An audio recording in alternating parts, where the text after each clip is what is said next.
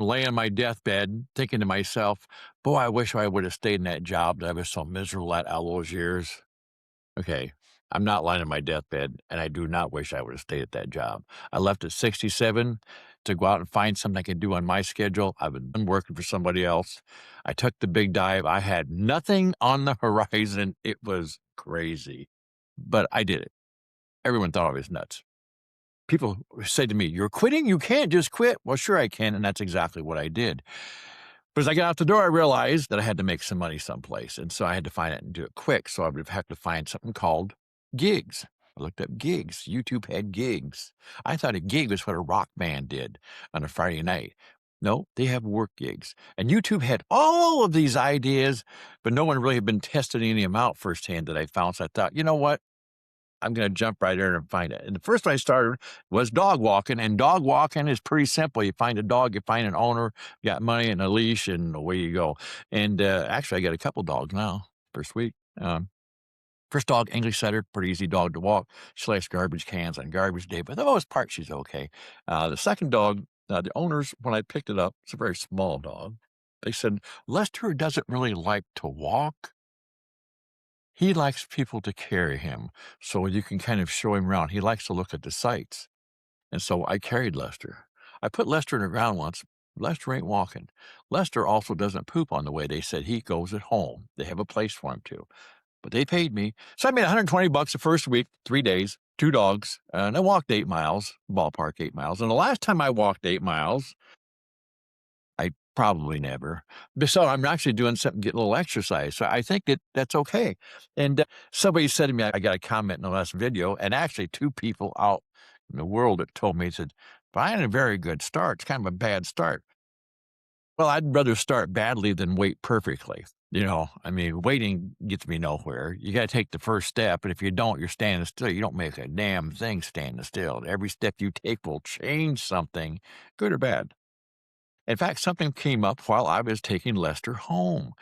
So I dropped Lester off to his mom and dad. They call themselves mom and dad. I have 2 cats. I don't call myself dad with my cats. But anyway, while I'm there, their neighbor lady yells out the front door of her house. She has a big fenced-in front yard. Says, "Heck, I heard you're starting like a sideline business." I said, "Yo, yeah, yeah." She's, "I have a job for you." So I said, "Okay, what's that?" She points in her front yard. She goes, "My dog Clyde, he poops in the front yard, and I just don't want to deal with it. I can afford to pay, but I don't want to go out, and it's cold. I'll pay you to clean it up." So I said, "Okay." And she had all the tools. She had this little scoop thing and little shovel. So I went ahead and I cleaned up the front yard. And actually, when you first looked at it, it looked like a bunch of mountain ranges.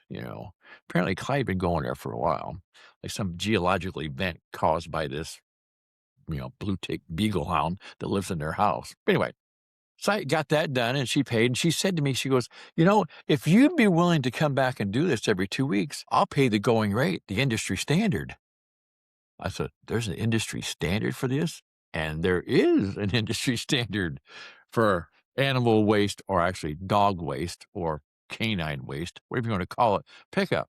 And so after the big job, she gave me $40. Every 2 weeks, go back for $20. It won't take long because I did the big job. Now we're in the maintenance part, except I don't know how much maintenance Clyde will cause me. But anyway, that's what you do there. So another gig popped up right there. So you pick up a little money here and there.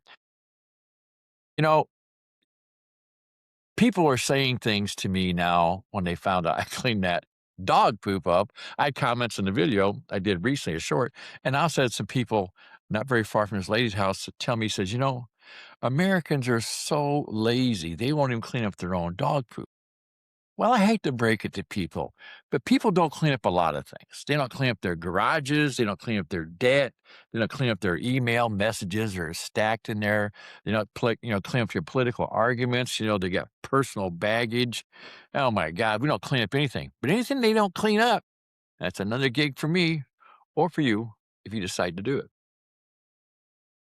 People's reactions to me have been kind of weird during this, and I've only been in this for a couple of weeks. And I get these people who I know, and they say, I worked at Deere, so I don't have to do anything like that. I have a pension.